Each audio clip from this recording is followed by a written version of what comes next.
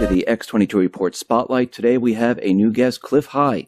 Clif created the predictive linguistics system. He's the creator and owner of halfpasthuman.com. You can also get his report, Alta report, from his website. You can go right to his website. I'm going to put all the links at the bottom of this video so you know where to go. I am very, very happy to have Clif on the X22 Report Spotlight. Clif, welcome to the Spotlight. Thank you very much. Hey, thanks for being here. Let's just start off explaining what predictive linguistics is and what you actually do with the information that you get around the internet. Just give a brief summary of what you do. Predictive linguistics is an art or a science or a hobby that I invented in the early 90s.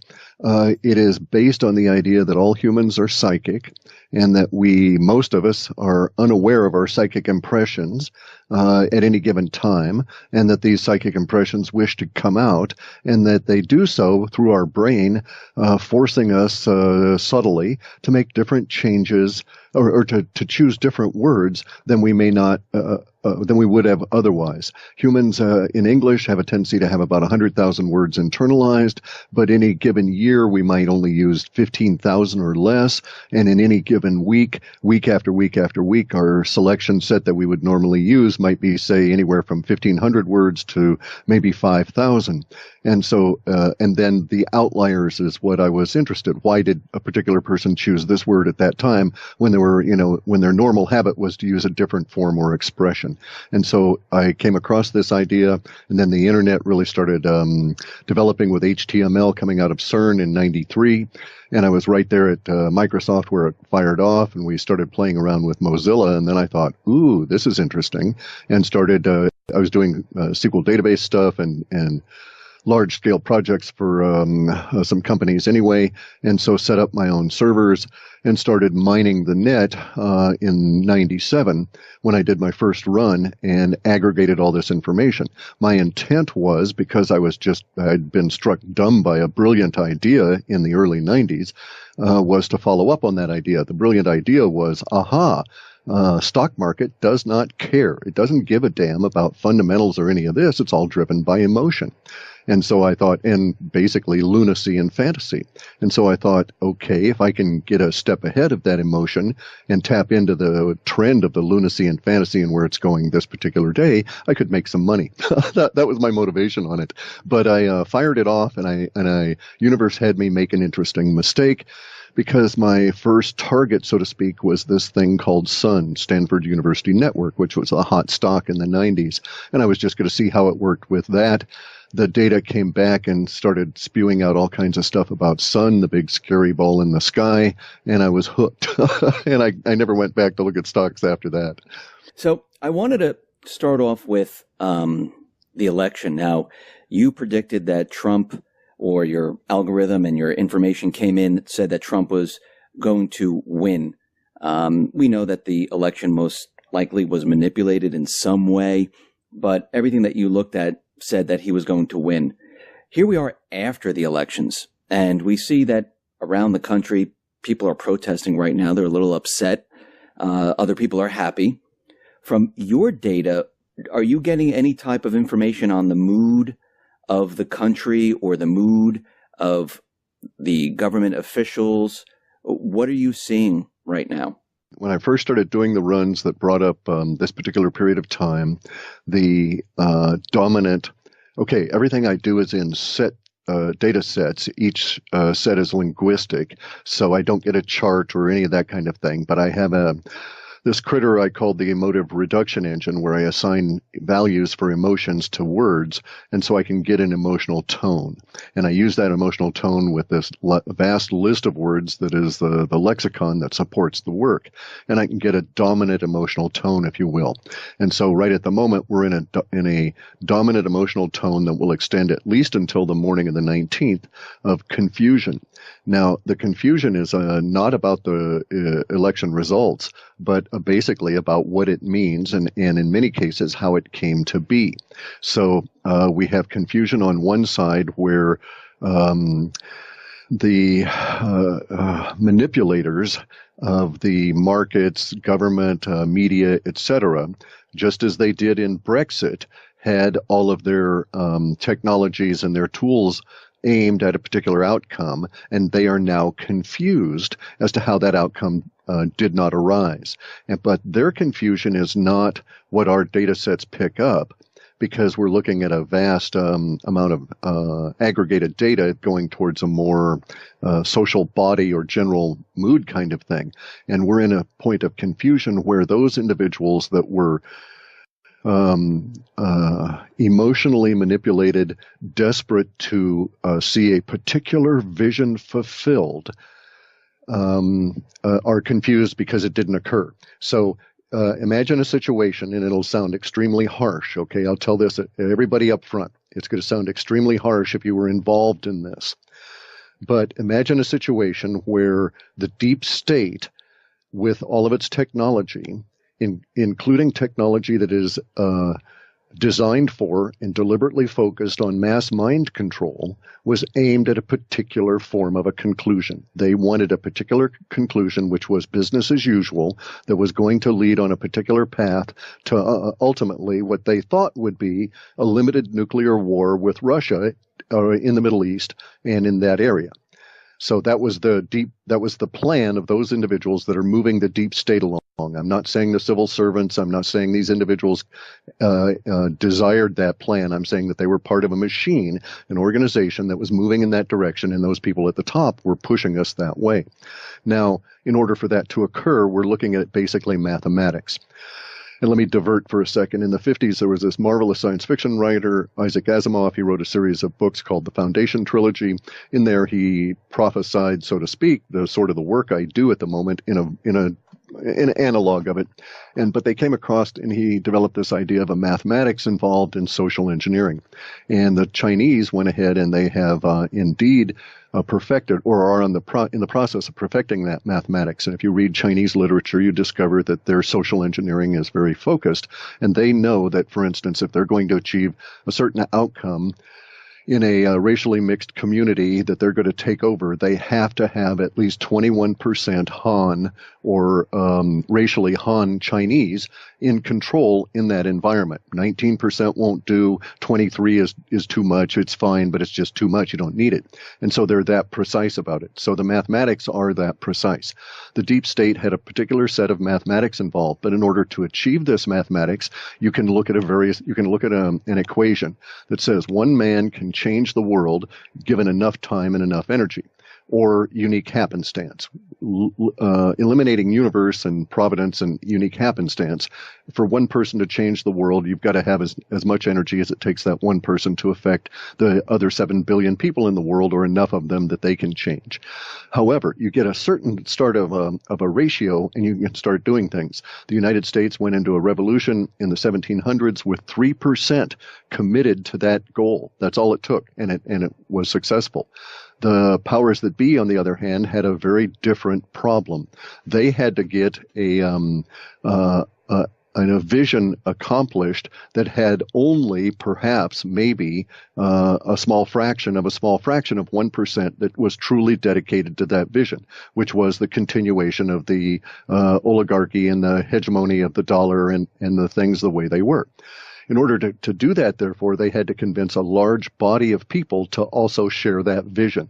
When these people were convinced, they will necessarily crash now that that vision has not occurred, and they will not understand why they are crashing or what actually has occurred to them, okay? And this is where this information becomes harsh. It is my opinion that the entrainment technology that has been developed in the deep, dark UFO worlds and secrecy of the past 60 years, the theoretic or the labeled Cold War era, etc., which was all about hiding UFO reverse engineering and not about war with Russia. But it's my opinion that that technology was used to try and engineer this particular vision to occur. And unfortunately, the people that were susceptible to that technology have just been cut loose from it. So they're very much like people that were on a mental support system that was involved, that was energetic, and all of a sudden all that energy is gone. And it's because the powers that be failed and they just turned off all the equipment. It's all over. And this is why we're seeing this particular reaction, and this reaction will continue at least through the morning of the 19th. The reaction is also going to be global because you'll notice that the effects of this were media driven. And so we have people that were desperately anti-Trump repeating the same homogenic keywords, their selection of xenophobic, racist, and misogynist. That's all they say, xenophobic, racist, and misogynist, over and over and over again. And that these people, when you question them on them, can't provide you any details of it and get really weirded out by it all. And you see this on the YouTube videos now. But these individuals in Britain, throughout Europe, they were as affected. And a lot of these people were sort of like unintended victims of this entrainment technology. And the snapback, the release, is going to cause problems, this state of confusion. Now, there's also other aspects of the confusion, which is as I pointed out, the powers that be at the top wondering basically, okay, what the hell happened? And then the next question that's going to occur to them is, how do we react and how do we survive? It's not cover our asses anymore. It's survive. If you notice from the WikiLeaks, Hillary actually said, that in very graphic language that we're all going to hang from nooses if that bastard wins. And so that bastard is one, paraphrasing. And so the next step is going to be nooses, and it's going to be to the point where these individuals realize that the crime spree is finished. It's over. There's been a turning. The problem for them is that as Taoists say, we change at the point of the most extreme, and just coincidentally, here we are at the point of the fourth turning within the population of the United States at a deep level that coincided with this. It wouldn't have mattered who actually emerged. It's a situation of historical energetic impetus, and someone would have emerged to fill the role that Trump occupies now. If not necessarily him. And it's my understanding of how these things work that if Trump had been taken out early on and had shown huge progress and so forth and had been assassinated, then we would have had someone else arrive that would have also taken on this particular role at this time to get us to this particular point. So the fact that the powers that be saw him as their stooge, basically he sort of a rope-a-dope, and that's where we're at now. So we're in a state of confusion that's going to go on. It's going to hit the markets very hard, and then we're going to enter into a very large deflationary event in early 2017 that will roil the country in sort of a temporal echo of what happened when right after Reagan was inaugurated. In your report, I noticed that you said something about government employees getting fired or committing suicide and bankers being dismissed and fired. Are you seeing that there's going to be a wave of, let's say, cleaning house and people getting scared and jumping ship? Is that what you're talking about? Correct. That's true. More in the civil service side, more in the government side of that particular statement. So yeah, that's the motivation on that part of it is not cleaning house, but trying to eliminate witnesses. That's really what it's going to come down to. Is the powers that be, the shadow government, the central bank, the deep state, do they have? Those are all different, by the way. You're speaking with a linguist, and I don't want to be pedantic, but okay. So the whole mass of them, correct? If you want to talk about that, but if you're we shouldn't use each of those words to try and refer to a single entity. Let's just talk about the central bankers right now. Do they have any plans for the economy? I mean, is the economy still in terrible shape? I mean, is anything going to improve with Trump? What do you? Certainly. The latter is true. Okay. Now let's, again, not to be pedantic, but let's separate what the central bankers do from the economy. Because the central bankers at the moment are sucking the life out of the economy with their paper financial system. The two are separate. The economy is all the trades and transactions that we do together. millions and millions and millions of us doing trillions of those things across the time of a year equals our economy. So the central bankers are not in charge of our economy. They can no more affect my ability to trade or barter my old tire from my trooper to my neighbor than they can cause it to rain here. So the central bankers and their financial system are in a deep world of hurt, and that is really sick, and it's going to continue to be sick. But the economy, on the other hand, at a much more base level, is going to continue the way it's always continued, in spite of the fact that we're nearing the end of the repression of the central bank era, at least within this country. In your report, you talked about baby boomers getting kicked out of their homes. We're seeing these huge mansions being abandoned. I mean, are we looking at some type of crisis heading our way? Oh, sure. Yeah, that's the deflationary event. Okay, so and actually I probably shouldn't use the word deflationary because I don't know that that's meaningful to most people, but let's call it about a debt evaporation event. So or a liquidity evaporation event, or as we call it in the data sets, a credit freeze. Because here's what's going to happen. The banks alone currently exist not because they own anything, nor because all of us are paying off our loans and they make a little bit of money on top of that, and so they're the happy, congenial community banker. That no longer exists. These individuals, the whole structure makes their money because an entity in Washington, D.C. creates the digits and hands them the digits, and then they go out and they tell us those digits are worth something, and they shove them around in databases and this kind of thing, frenetically creating activity, but no result. So our problem at the moment is that the banking system, the glue that holds all of that together, is what's coming unglued. And it will at some point reveal the economy. We'll all stand around and look at each other and say, wow, let's go and do something, because now this repression will have been released. But that's not yet. That's maybe a year or 2 years away. In between now and then, the oppressors, the occupying force that is the central bank that has taken over the United States, bear in mind we've destroyed them. The people have risen up and destroyed central banks twice before in this nation, right. And we're about to do it a third time. But before we get there, these guys are going to create vast numbers of these digits and do all kinds of manipulation and try and get us to all get on their side. And it's just not going to work. A lot of the confusion from, as you read from the report, is going to be within the upper ranks trying to figure out what to do and how to sell us into their next scheme. So here's the thing. We are dealing with sociopaths, all right? At the very top are the psychopaths. They're the ones running around that say, okay, you looked at me wrong, have him killed. All right, the sociopaths are the people that do the killing because they're afraid not to. But the sociopaths, being the people that do the implementation, are bound by their sociopathic nature. They require willing victims.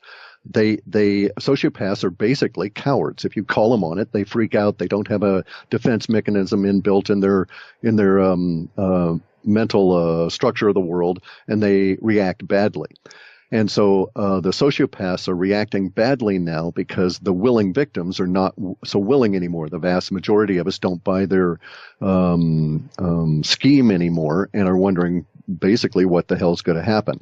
Now, they are in a position of are going to have to try and sell us scheme after scheme after scheme, and they are in a position where they can't not do that. They can't just stop and say, well, we screwed up, guys. You all are on your own. We're going to go off and, go on a cruise to Acapulco or something while you guys figure it out. They can't do that kind of thing. They must continue because of the nature of what's going to happen. But here's their real problem. Every time they do something new, it makes more and more people fall into the camp of not buying their vision anymore. So it's truly beyond ineffective. It's now into generating their own demise. Some of them may be smart enough to realize this, but I doubt it. As you realize from what the data is saying in the reports, we have a very rough couple of years ahead as the central bank dies, and we have to get rid of it. The analogy I'm using with friends around here in emails and stuff is that the dinosaur is dead.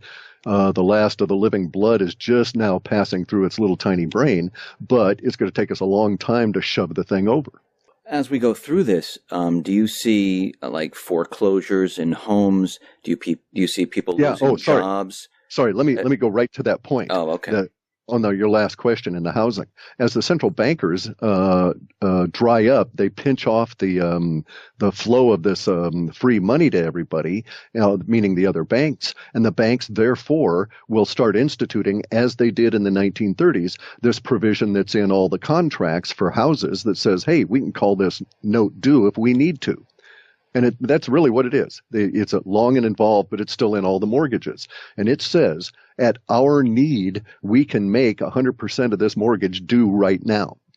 They're going to do it en masse. That's how they took vast numbers of properties in the Midwest, vast areas of farming land that were aggregated into huge tracts and sold to corporations, were seized with that particular provision in 32 when the bonds went and the bond fiasco then. We are right in the middle of another one of these bond fiascos, and it starts right away in terms of the need of the liquidity for the banks, so expect them to start trying to make as much in the way of the profit or liquidity for their institution by property seizures early next year. In the 30s, it took them about 6 months to have something implemented. They may do it far faster now because they have the modern communications. Isn't this going to make people like really angry, calling everyone's loans, at the same time? People, I mean, we're going to see riots. And we saw them in the 30s, and the military was called out to shoot people. This was the time in the 30s when factories were taken over by workers that were dispossessed because of the credit freeze that occurred then, aka a deflationary event, as we hear it in the reports, and it leads to the government having to call out the military because you start getting strong opposition to these immoral acts. And their response in the 1930s was, in the area I live up here, was to shoot people on bridges south of me, about 40 miles, where unionists had decided that was enough. They were going to try and forestall a foreclosure sale. See, they still have to go through the legalistic component of it. The robo-signings were their attempt at the bank level to avoid the local sheriffs and avoid the local problems. If they can just send you a note saying you're foreclosed, we'll be there Tuesday to kick your ass out, and there's no, meeting on the courthouse steps to sell the foreclosed property as a, quote, formality back to the bank, which is usually what happens, then under those circumstances, there isn't the huge giant outcry. So they've done everything they can in the last 15 years to engineer a system where they don't have to encounter that local opposition. I don't know how it is in the East, but out here in the West, they haven't been very successful. And so they will get mass opposition, and that's why I say in the data sets, it's coming out about half of the people are just going to walk away, just acquiesce to this. I don't know if it's a lack of support structure, their age, or what the deal is, but the other half are going to be rather miffed. And there's going to be a lot of bad behavior. Is the government going to react to these people that are angry? Because I can see in certain cities and certain areas that things will get completely out of control. And what will the government, does your data sets and your information tell you how the government is going to control the situation? No, we get details, and what you're asking is basically for me to describe an outcome. And so you're talking to somebody that deals in things temporally. So it's like, on what day are we describing this? What day do you want an answer for that? Or are we talking at what point in a month? Because this is the way it is with humans. There's always dynamic activities. So this won't happen all in a single day. It's going to happen to individual banks as they need the liquidity. Their response is basically going to be the same, but it's not going to be so ubiquitous that, say, all of the mortgages are called by Wells Fargo on a particular day all across the nation. It's not going to work that way. But at some point along the way, sometime next year, we can all look back and say, oh, look, most of the nation is now involved in this generalized warfare with illegal foreclosures, as the banks are desperately trying to save themselves because the other components of their supposed safety plan, bail-ins and bail-outs, are not working. Do you see banks closing? Oh yeah, in vast numbers, and it's going to just be absolutely horrific. When it goes, it's not going to be like the this won't be like what happened in the 1930s. Okay, let's take as a our basic model, what happened in my area, Olympia, in the 1930s. There were 19 banks when we went into the Depression in 1929, and there was one when we came out. So 18 of those banks and credit unions and savings and loans failed in that period of time from 1929, and let's just call it 1942 to say we were nominally out of the Depression here. All right. During that period of time, they failed. We don't have that situation now. We don't have a situation where we have 18 independent banks that were loosely connected to a centralized banking structure. Now we have an octopus, a giant banking system that feeds off of a central heart and a central brain. So big banks will fail and they'll take out all the regionals. Now, what our data showed about, I want to say maybe 5 or 6 months back, maybe it was longer than that. I just don't remember because I write these things, and I just can't remember. I'd go crazy. But sometime back, the data sets were talking about how the failure would occur, and that it would start at the mid-tier, at the regionals, that they would go first. That banks that had, several hundred branches were maybe across a couple of states, they would be the ones that would be bled dry first, and the chaos would start with them, ATM closures and all of this sort of thing. They're going to try and maintain the big five as long as they can. As I say, the dinosaur just doesn't know it's dead because the last of the blood's still being pumped up its neck. So you said a couple of things. Okay, so you said a credit freeze a little while back as we were speaking.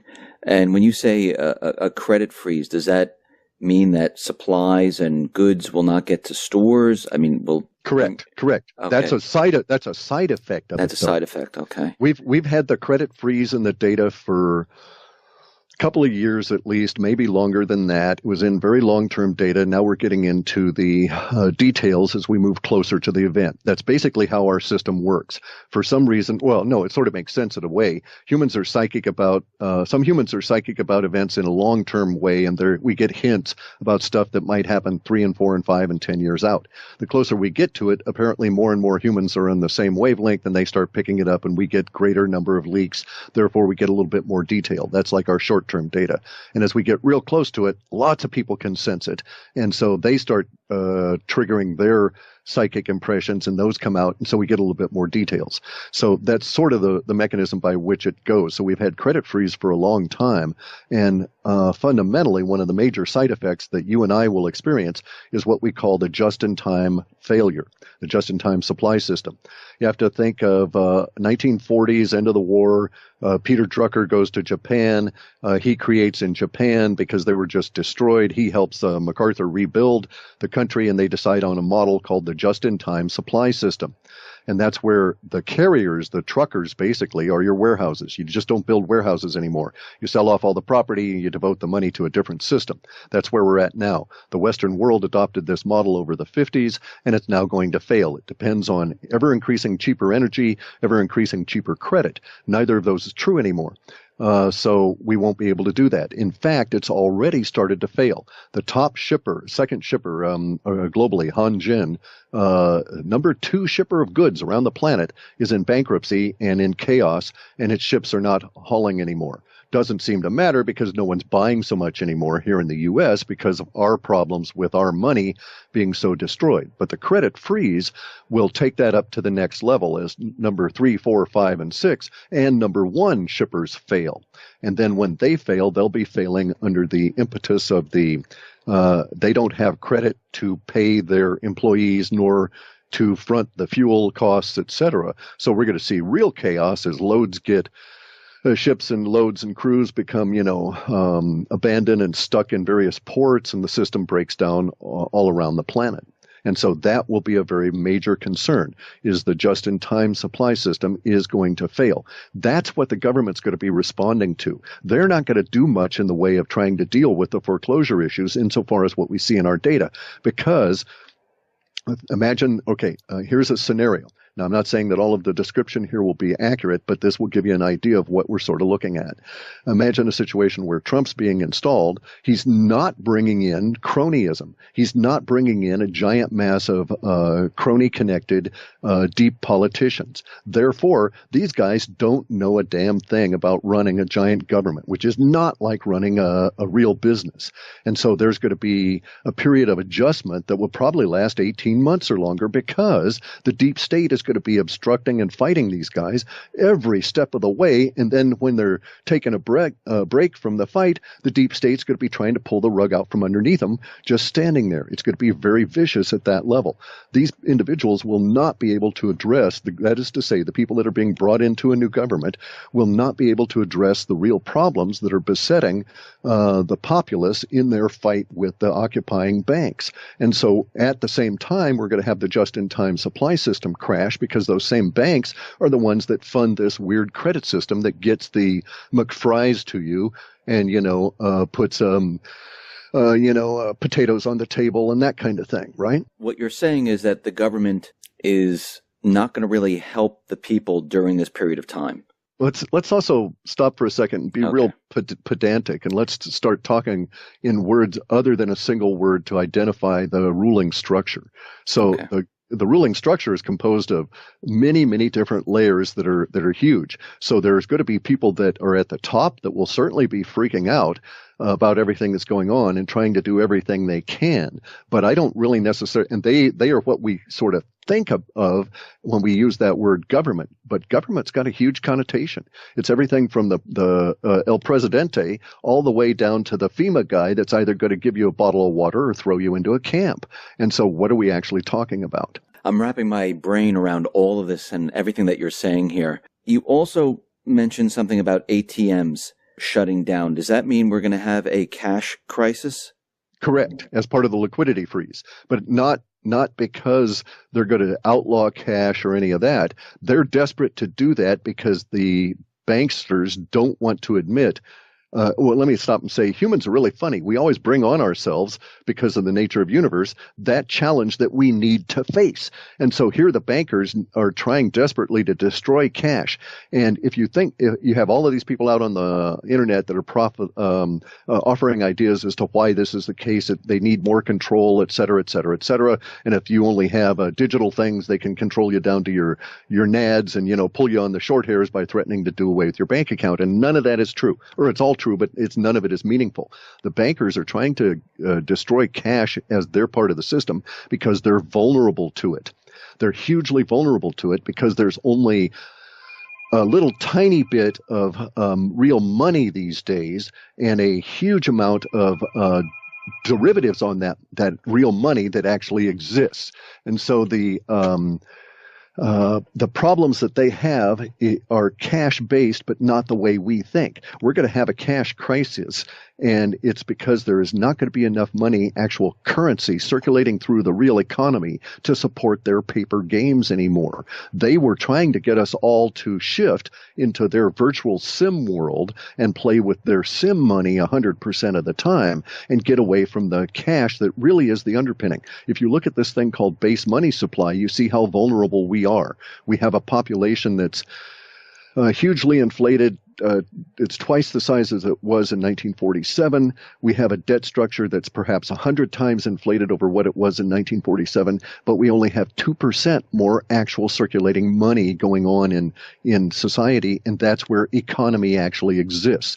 And what they were hoping to do was to speed up circulation by making it all digital. And they've got us all into a digital world, but they're still dependent on that base money, and it's got them got them by the short hairs.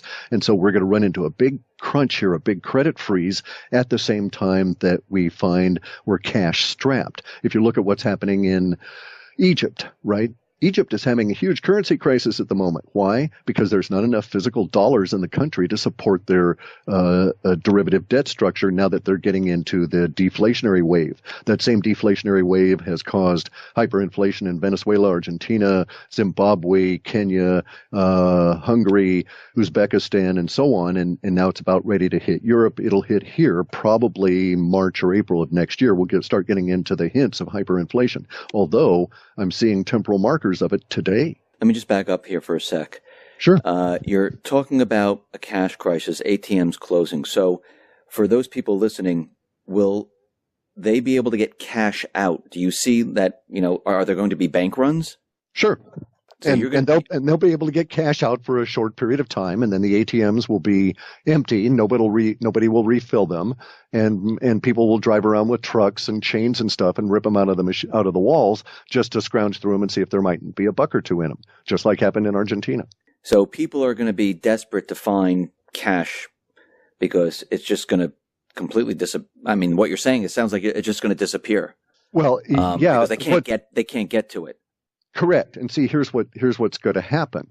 Right now, how often do you actually touch anything close to money in your daily life? I mean, you as an individual. Mostly the people that are, say, even in my age group, they're dealing with the plastic cards. And as the system locks up, if your plastic card doesn't work, how are you going to pay for something at Safeway or Starbucks or someplace or buy gas or whatever? For a while, there will still be stuff in the supply system. So we live right now without warehouses. So if we were to look at ourselves as a social body, we don't have big giant fat repositories lying around. We're existing on the fat that's being pumped around in our blood, and it's going to dry up. Our blood's going to get leaner, and so at that point, we don't have those extra reserves, and you're going to run into this situation. It's hit all of the countries as the dollar has died.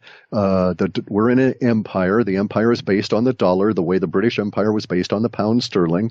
We're replicating history. This happens all the time. Empires die from the periphery. Part of our periphery was Argentina, Venezuela, Greece, Hungary, all these countries that were dollar based on their own currency. So we see it there first. So let us not be surprised when it hits, Florida, New Hampshire, California, et cetera, et cetera. So you also mentioned inflation, and we're seeing some inflation now. How bad is inflation going to get? I mean, what are people going to see? I mean, from everything that you've been looking at, does that tell you like how bad it's going to get for the people? I get an emotional indicator. I get a lot of language about it, so I have a gut feeling. But we don't, for instance, get charts. So imagine a situation where we're going to get a psychic leak from the future. It's going to happen to you today. You're going to choose a different word today, put it into your email, not email, but on a forum somewhere today. We'll pick it up and it'll get aggregated in, and it will affect our conclusions. Well, the way that works in that chain, people sometimes, in a sense, you can imagine they're sort of like getting psychic headlines as to what's going to happen in the future. Most numbers in our system we throw away because the internet is basically entirely a numeric system. But linguistic numbers that float through for whatever reason, people typing out the number 30 or 13 or whatever in an appropriate fashion, in an appropriate time to be swept into the data sets, that sort of thing does come through occasionally. So it's not like I get a price for a hamburger 2 years from now. I don't have that sort of thing for inflation. I do occasionally have what we might say would be impressions or whatever of screaming headlines. So imagine we're a year from now, actually in July, August, or September or October, in that time frame, and there's going to be a giant headline that says Dow 125,000. So that gives you an idea. So what is the Dow today? It's at like 18,000 meaningless US dollars. Well, right. A year from now, it'll be 125,000 meaningless US dollars. But at that same time, that'll also be the price of an ounce of gold. Insofar as what our system is saying, it's not saying gold's going to be 125,000. It's saying that there's going to be parity about that time between an ounce of gold and the Dow. So if the Dow is up that high, inflation is going to be running massively rampant. Huge. Yes. Yeah. Yeah. And then, I mean, from everything that you've been telling us, to me, it sounds like the government is going to have a major problem on their hands. You mean Trump and the people he brings in, or do you mean the deep state? Because they're going to have different problems. I mean, let's talk about Trump and the people he brings in, because people are going to be screaming and yelling, and most likely I'm thinking they're going to blame him for what is happening, because we don't get that in the data. We don't have that component of it. Yeah. Wow. Okay. We get the screaming and yelling. We get the riots. We get the rage. But okay, now I've got to be circumspect here, okay? And I'll tell you that up front, that I've got to be restrictive on what I talk about, because there's a lot of crap I don't know about how my own system works, and I have to be careful not to break it. The very first time I ever made a public announcement about anything was about the pending 9/11 attack, and within days my system broke down because of giant circuitous references I had never anticipated. As people started talking about it ahead of the event, and my own system started picking up its own stuff. So I've got to be very careful about what I get into. However, there's going to be a certain series of events that are forecast in the data that will pick up sometime, say around December 15th, that will run through next year, that will have a, let's say, a counter, they'll be the other side of the teeter-totter emotionally, and will draw our emotional focus that way, as opposed to everybody blaming the new crew for the meltdown. So on the deep state end, they've got serious problems, really serious problems. Now, the deep state, we also have to identify government as being split into the people at the top, the political people, whether they're stooges of the powers that be or not. And then we've got entrenched civil servants. We have the shadow government that basically runs the entrenched civil servants, and the deep state is the entrenched civil servants, including military and including all the subcontractors, okay, that are at that level. But then there's that deeper part of it all, the secrecy part of the government that is all 60 years of back engineering UFOs, and they're subcontractors, and they're really good about their secrecy, so we only get vague hints about what their issues are. But the deep state is in a real problem, because they're going to face this purge as the emotional teeter-totter gets moving back and forth in the dynamic few months ahead of us. And at the same time, the deep state is also going to be reeling as their individual people, that the cogs in their organization come under the same influences as the rest of us. So at some point, for instance, local government fails because people just say, well, I can't live on this fake money anymore. No one accepts it, or I'm not being paid. My digits don't come here, or once I've got the digits, I can't get them out. So what's the point? I don't enjoy my work so much that I'm going to go and do it for months without getting paid. And we saw the reverse of that in Greece, where people kept going and going and going. And we saw it in South America, going and going and going. As their currencies and their countries were going down the tubes, the civil servants stayed on for months. And it was the same as in the Weimar Republic. But in all of those cases, there were countries on the outside, on the border, that had more or less sound money. And so that sort of propped up the system. And there was an expectation of business or work as usual. That will break down very quickly here. And we won't be going months with employees showing up to register your car at the DMV, even though they haven't been paid. How bad is this going to get? I mean, do you have a time frame where it's going to start and it's going to get worse and worse before it gets better? Do you break it down in that fashion? Yeah. It started in 1999. Actually, it started in 1972 when Nixon took us off the gold standard. So, but yes, we have. I have an emotional progression at a finer level that shows the emotional tone of the period as it goes up and down, and so on. So I've got some idea of some of the spikes we're going to run into and these sorts of things. But that's a forecast of what the emotional tone will be like, not individual events or something that may be causing it.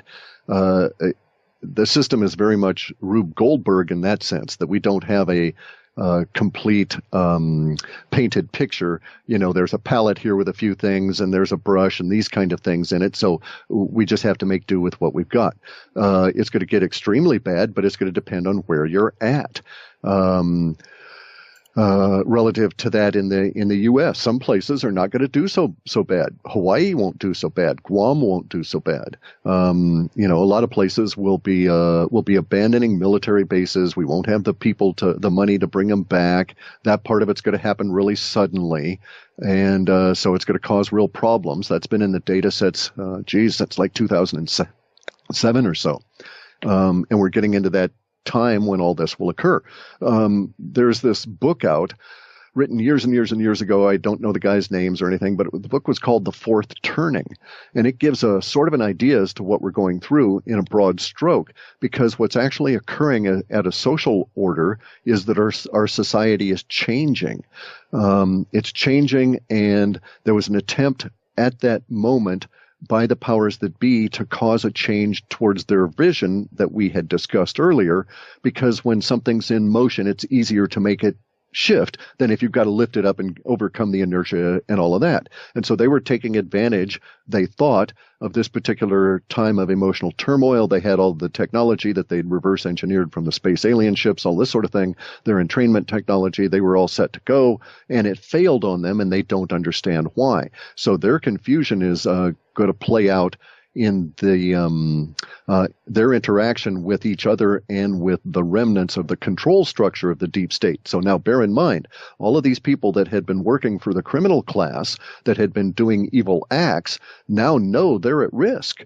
They now know they've got to be scrubbed in order for those criminal class to get away. These people don't want to be scrubbed. There's a whole lot of them. So there's going to be a lot of people talking. There's going to be a lot of people that feel their best interest is to be a whistleblower or to, confess their crimes, that the people above them get nabbed and not them. There's going to be vast quantities of confusion. So if we describe government, we're not talking about a cohesive whole in any way, shape, or form.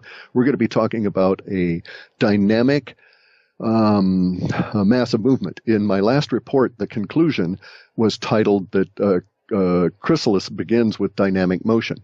And people think of, a caterpillar cocooning itself and coming out as a butterfly or a moth is really a neat thing. And they just sit there and something happens underneath the cocoon. But what they need to understand is that cocoon has to exist ahead of time. You've got to create that. And if you've ever seen a caterpillar or a worm cocoon itself, this is the most strangest dynamic motion you've ever seen, as they try and wrap their bodies with this silk over and over and over again from within inside the silk as they're doing it. So that's what we're going to go through. The data sets are basically showing that the U.S. is going to hit a 10-year to 12-year period very similar to what happened to the Soviet Union, and that we will be transformed in this process as we come out of our own form of revolution against a control structure that has existed far too long. And the population underneath is changing. The cool part about that change is that the nature of the people at the operational level of society will change. It won't be all these bloody lawyers anymore. We're just going to get rid of this whole mindset. We're going to go back to people that do things, engineers and builders and that sort of thing. Clif, thank you very much for being on the X22 Report Spotlight. I really appreciate it. Once again, how can people get your report? HalfPastHuman.com. We bring them out about once a month. I was going to try and do a mid-month report, but I just don't think I'll be able to get to it this month. Clif, once again, thank you very much, and I really appreciate it. Thank you.